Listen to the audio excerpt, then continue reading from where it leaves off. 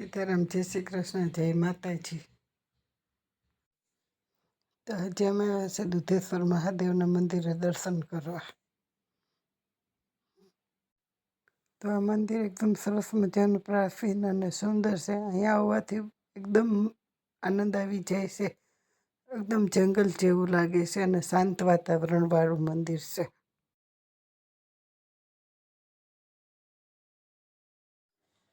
તો આ મંદિર આજુબાજુથી વડીલો પણ અહીંયા દર્શન કરવા આવે છે.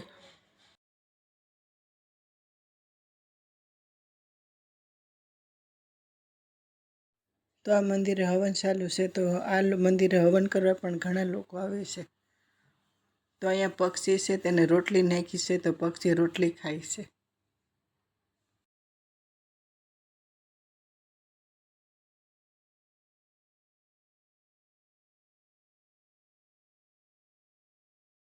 તો મંદિરની બાજુમાં જ એક મહાત્મા છે, તે 40 દિવસનું અનુષ્ઠાન કરે છે.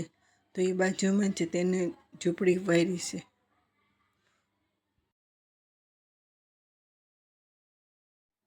તો આ ભાઈ છે તે રોજ મંદિરે પૂજા કરવા આવે છે.